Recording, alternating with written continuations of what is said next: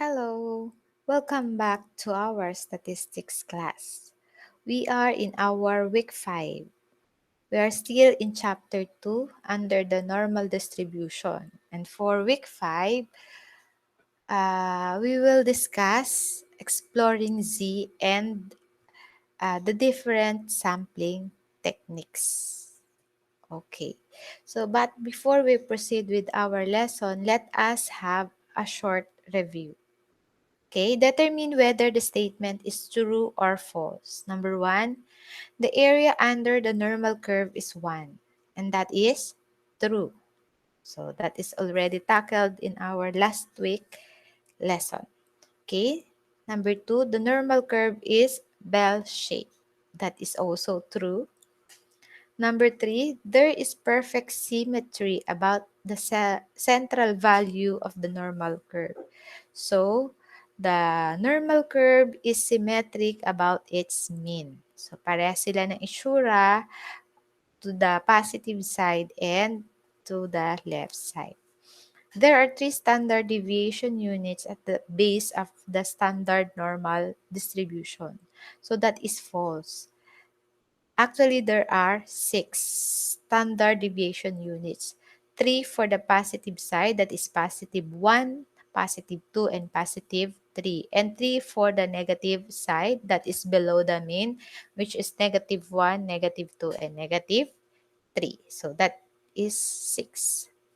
Okay, let us proceed. What is Z-score? So the Z-score is a measure of relative standing. So how far, it means that the Z-score determines how far your score from the mean is, if that is above the mean or below the mean. If that is above the mean, how far?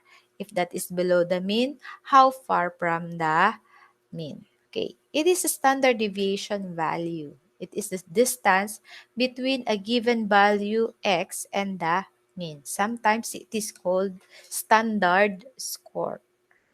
Okay, yan yan. To determine Z, use the computing formula. So from here, we have 2 formulas given. But as you can see, the process is the same. Magkaiba lang yung kanila mga symbols. Okay? For this symbol, we have Z is equal to X minus mu over or divided by sigma. So, we're going to use this formula of Z-score when your problem is from the population mean.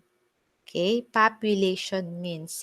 Ibig sabihin, kapag population mean, the population mean is the mean of all the values in the population. So, wait. Ito yung gagamitin natin. Kapag naman from the sample mean, we will use this formula or the symbols. Okay? Z is equal to X or the test scores is minus X bar over S. So, ano naman yung sample mean? Ang sample mean naman is the mean or average value found in sample. Okay. So, let us have this. So, in here, yung X dito is the given measurement or ito yung test scores. For example, you take a 100 item test and you got 86. So, X is 86 or 86 is the X value or your test score minus mean or mu. So, mean divided by the standard deviation. Ganun din dito sa sample mean. So, in here, X is the test score minus the mean here is the X bar over S is the standard deviation. Okay, let us have an example. Okay, example number 1. In a population of reading scores, the mean mu is equal to 68 and the standard deviation is equal to 5. Find the z value that corresponds to a score of x is equal to 73. So this problem, look for the z score or ask for the z-value that corresponds to your score of x is equal to 73. For example daw, nag-test kayo or meron kayong reading wherein your score is 73 and ang mean ng reading score na yun is 68, ang standard deviation is 5. How far you are daw from the mean? Yun yung z-value. Okay? So, z is equal to x minus mu over standard deviation. Let us substitute the given data. So, your test score or reading score is 73 minus the mean mu is 68 and the standard deviation of 5. So, 73 minus 68 is 5 divided by 5. So, the answer is 1. Okay, so yung z-score is 1. So, how far you are daw from the mean of 68? Since the z-score is positive, so nandun ka sa right side, you are above the mean. So medyo mataas yung score mo. So if we're going to use the z table, yung 1, 'di ba, is 1.00. So yung 1.0 dito natin titingnan and then the 0.00 dito sa taas. So 1.00 is 0.3413. And in percent, that is 34.13%. So, ibig sabihin, you are 34.13% above the mean of 68. So, medyo mataas yung score mo kasi above the mean. Okay, let us have number 2. Example number 2. In a sample of scores, the mean x bar is equal to 25 and the standard deviation s is equal to 4.15. Find the c value that corresponds to a score of x is equal to 16. So in here, ang given is sample of scores. So we're going to use this formula. C is equals to x minus x bar over s. So, x is the test score of 16 and x bar mean is 25 divided by the standard deviation s of 4.15. So, 16 minus 25 is negative 9 divided by 4.15 and your z-score is negative 2.17. So, as you can see here, your answer or your z-score is negative 2.17 and negative is below the mean. So, mas mababa siya sa average. So, let us use the z-table. So, 2.17 is 2.1 dito and 0.07 for the hundreds. So, here, the area is 0.4850 or in percent that is 48.50%. So you are 48.50% below the mean. So nasa dulo, malapit ka na talaga sa dulong-dulo. Kasi 'di ba 50% yung negative and sa'yo naging 48.50%. So nasa dulong-dulo na. Medyo mababa yung score. Example number 3. A mathematics z-score is 1. If it is given that mu equals 80 and standard deviation equals 6, what is the corresponding test score? So in here, we are looking for the test scores. Yung x ang hinahanap natin. So we are going to use this formula. X is equal to z times standard deviation sigma plus mu, or in sample mean, that is x is equal to z times s standard deviation plus x bar the mean. So this formula is only derived from the original formula of the z-score. Dinerive lang yan. So let us compute. So let us substitute the given data. For z is 1, the standard deviation is 6, and the mu is 80. So In here, we're going to apply the PEMDAS rule. Ano yung pagkakasunod-sunod? We will simplify muna yung nasa parenthesis. Then, E for exponent, M for multiplication, D for division, A for addition, and last is subtraction. So, we're going to multiply first before we add. So, 1 times 6 is 6 plus 80. So, 6 plus 80 is equal to 86. So, your test score, yung score mo ay 86. So, that is above the mean. Yan. Kasi nga, ang C-score mo ay 1. And 1 is above the mean. So, your score daw is 86 kung yan ang given data. Okay, example 4. Given the score x equals 90, ang score mo daw ay 90, the standard deviation is 6, and the C-score is 1.33. What is the mean? So, we are looking for the mean naman. So, if the missing value or data is mean, we're going to use the formula. So, for the population mean, so mu is equal to x or the test scores minus z, the z-score times standard deviation, sigma. Or kapag sample, x bar mean is equal to x, the test score, minus z-score times s, the standard deviation. But since this is sample mean, so we're going to use the second formula.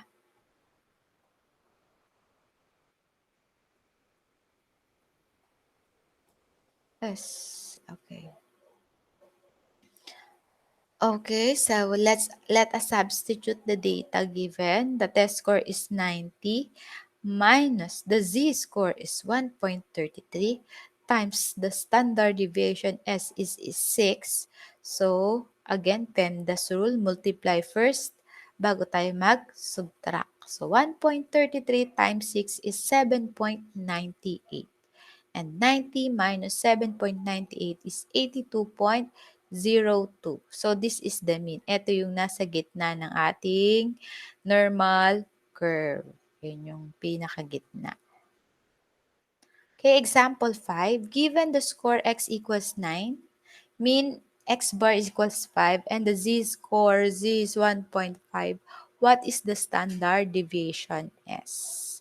So, kapag population, ito yung formula. Standard deviation, sigma, is equal to x, the test score, minus mu, mean, over the z-score. Or if the given is from the sample, s is equal to x, the test score, minus x bar mean over c. But the given is from the sample, so we're going to use this formula, the second formula.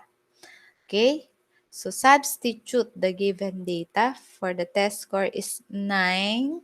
For the mean is 5 divided by the z-score is 1.5. 9 minus 5 is 4 divided by 1.5 is 2.67 yung standard deviation S. Okay, so these are the formulas that you're going to use. Okay, let us proceed with our second topic, types of sampling or the sampling techniques. Okay, so sampling in doing your research is very important because it will save you a lot. Okay, what are the perks of using sampling? Okay, number one, sampling can save money. So, how can you save money from using sampling? Okay, first, makakatipid ka in reproducing your instruments. Okay, makakatipid ka in spending too much in reaching out for your respondents, 'di ba? Kapag mas marami kang kinakausap na tao, mas marami kang ah, pinagte-test, mas malaki yung gastos. Okay? Number two, sampling can save time. Okay? Especially if your research is time limited or time bounded. Halimbawa, good for ano lang, for one sem or good for one quarter lang. So, sampling can save time. So, kapag mas kokonti, mas mabilis ang magiging process ng iyong research. Okay, number 3, if accessing the population is impossible, sampling is the only option. Okay? Hindi naman lahat ng population mo or yung target respondents of your research ay laging available for you. So, kung gagamit ka ng sampling, makakasave ka rin ng effort. Okay, so we have different types of sampling or sampling techniques. Number 1, simple random sampling. Number 2, systematic sampling. Number 3, stratified random sampling. Number 4, cluster sampling. 5, convenience sampling. Number 6, purposive sampling. Okay, let us discuss the simple random sampling first. So, simple random sampling is very applicable when population is small, homogeneous, and readily available. All subsets of the frame are given an equal probability. Each element of the frame thus has an equal probability of selection. So, when using simple random sampling, it is a more fair type of sampling techniques kasi all part of the population has an equal chance to participate in the research.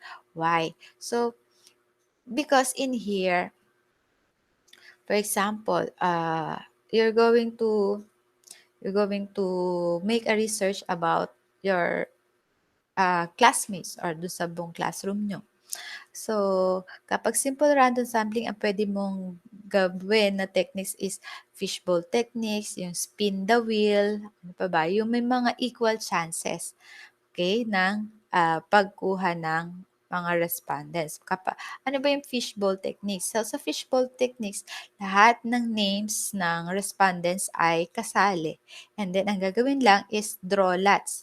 Bubunutin, halimbawa, ang gusto mo lang sample out of, let's say your classmates is 70, ang gusto mo lang is 20. So, bubunot ka lang doon ng 20 na names. So, may lahat naman ay may chance kasi yun ay draw lots. Same with spin the wheel. Kapag spin the wheel, lahat ng names nandun sa wheel. And then, spin mo lang. Kada spin mo, kung kanino mapatapat, yun yung magiging respondents or part of the research or part of the sample. Okay, next is systematic sampling. Systematic sampling relies on arranging the target population according to some ordering scheme and then selecting elements at regular intervals through that order list. Okay, kapag systematic sampling, ina-arrange siya. Okay, so a simple example would be to select every 10th name from the class record and every 10th sample also referred to as sampling with a skip of 10. Okay, yun daw. For example, kapag systematic, ina-arrange natin. Halimbawa, sa class record nga, I have, for example, 100 students. Okay, from those 100 students, pipiliin ko kung sino yung pansampu. So, I will count 1, 2, 3, 4, 5, 10. Yung ika-10, kukunin ko, ika-20th, 30th, 40th, 50th, 60th, to 100. Okay, so in total magkakaroon ako ng 10 respondents. So systematic siya kasi siya ay ina-arrange. Okay? For example, ito yung mga respondents ko, in-arrange ko sila, sunod-sunod sila. And I will get the third person, and then the 6th, and then the 9th, the 10th, the 9th, the 12th, and the 15th, ganun. Every third person ang kukunin ko. Yun yung systematic sampling. Okay, how about stratified sampling? Where population embraces a number of distinct categories, the frame can be organized into separate strata. When we say strata, that is category. category ang ibig sabihin niya. So each stratum is then sampled as an independent subpopulation out of which individual elements can be randomly selected. Every unit in a stratum or per category has same chance of being selected. Okay, for example, ito dito. Ginugroup natin according to category yung ating mga respondents. So, in here, from this example, iginroup niya yung kanyang population from men and women. Siyempre, yung pag-group mo is depende yun sa title mo or dun sa nire-research mo. Okay, so eto siguro may kinalaman from the characteristic or traits of men and women. Okay, so in here, kinategory niya into two, men and women, and saka pumili siya ng tatlo from the two categories. Kinuhanan niya parehas. Okay, yun yung stratified sampling. So, the keywords there is categorize or category. Kapag systematic, yung ina-arrange, ordered. Pag simple, may equal chance every part of the population. Okay, cluster sampling. So cluster sampling, population divided into clusters of homogeneous units, usually based on geographical contiguity. So an example for cluster sampling is, for example, yun nga sa geographical contiguity. Halimbawa, ang research mo is about region 4A. So region 4A geographically is very wide. So, masyado siyang malawak. Hindi mo siya ma-reach out lahat-lahat. So, that is why, di ba, region 4A is clustered into provinces. Okay? Under the provinces, kung masyado pa rin malaki yung isang province, for example, you choose Cavite, nahihirapan ka pa rin sa Cavite, you can choose from the cluster of the province which is the different towns, mga bayan. Pwede kang pumili sa, halimbawa, ang gagamitin mo ay yung lahat ng population from Tagaytay. Doon ka magre-research sa Tagaytay. Then, yun. So, yun yung clustering. Okay, sampling units are groups rather than individuals. Okay, isang group na puro taga-Tagaytay ang iyong i-search. Kasi, 'di ba? Kapag sa Tagaytay, nag-research ka na, may ano pa yon, may sideline pa na gala. Or kung ayaw mo naman, nagtitipid ka, you can use our own bayan ng Tansa. Okay? So then, a sample of such cluster is then selected. Okay, ganun. Hindi siya by individual, kundi isang buong grupo ang ginagamit. Okay, convenience sampling. Convenience sampling, sometimes known as grab or opportunity sampling or accidental or haphazard sampling. Kapag convenience, so what is convenient to the researcher? Yun yung kanyang kinukuhan sample. A type of non-probability sampling which involves the sample being drawn from that part of the population which is close to hand. Okay, kung sino yung malapit sa researcher, yun na lang kukunin niya kasi yun yung convenient sa kanya. That is readily available and convenient. For example, ikaw as a student, so sino ba yung mga respondents mo na malapit sa'yo? It can be your friends, it can be your classmates, or it can be your neighbors. Diba? Kung within the family, your family, kung ano yung convenient sampling. But convenient sampling is a non-probability sampling which means that it is more with bias. Medyo bias siya. Medyo ano siya sa subjective siya to the researcher. Okay? Then purposive sampling, the researcher chooses the sample based on who they think would be appropriate for the study. Okay? So, ang researcher ang nagde-decide kung sino yung mas appropriate sa study niya. This is used primarily when there is a limited number of people that have expertise in the area being researched. Okay. Ang purposive sampling daw is tinuturing siyang subjective sampling. Subjective kasi depende na kung ano yung judgment ng on judgment ng researcher. Kasi especially if sabi nga dito, if there is a limited number of people that have expertise in the area being researched. Okay, for example, ang respondents niya are scientists.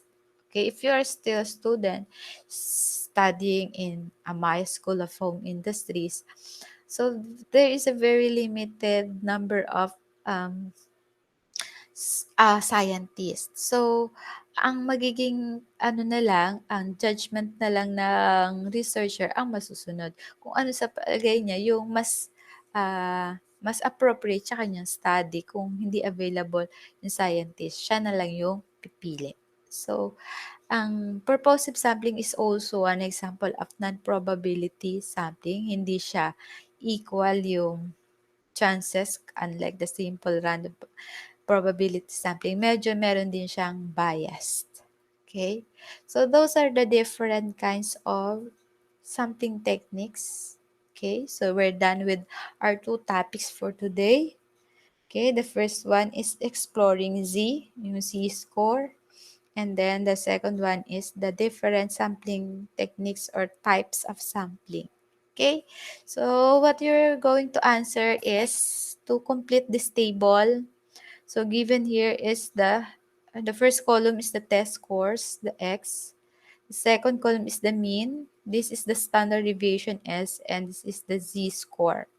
So this is from the sample na lang kasi parehas lang din naman siya with the population, yung process na. Okay? For example, number 1, given ang test scores, given ang mean, given standard deviation, you solve for Z. Nawawala yung Z dito. And then for number 2, you're looking for the test scores. Okay, so solve mo yung test scores, X, given ang mean, given ang standard deviation, and the Z-score. Okay? So, and you'll do the same with up to number 8. Okay, for letter B, you're going to answer this. This is from the sampling techniques, different sampling techniques. Okay, choose the letter of the correct answer. Kahit answer na lang po ang isusulat nyo po. Huwag na pong kopyahin yung tanong. So, if you still have questions, you can send me messages. And thank you sa mga nagtatanong. Merong mga nagsisend sa akin ng message. And then, yun. Sasagot ko naman pag nakita ko kaagad. Okay? Sana po lahat ng output is ready na kasi medyo malapit na yung retrieval natin. Pakipasa na lang po. At ingat po tayo palagi. Okay, stay healthy. Goodbye, class. And see you next week.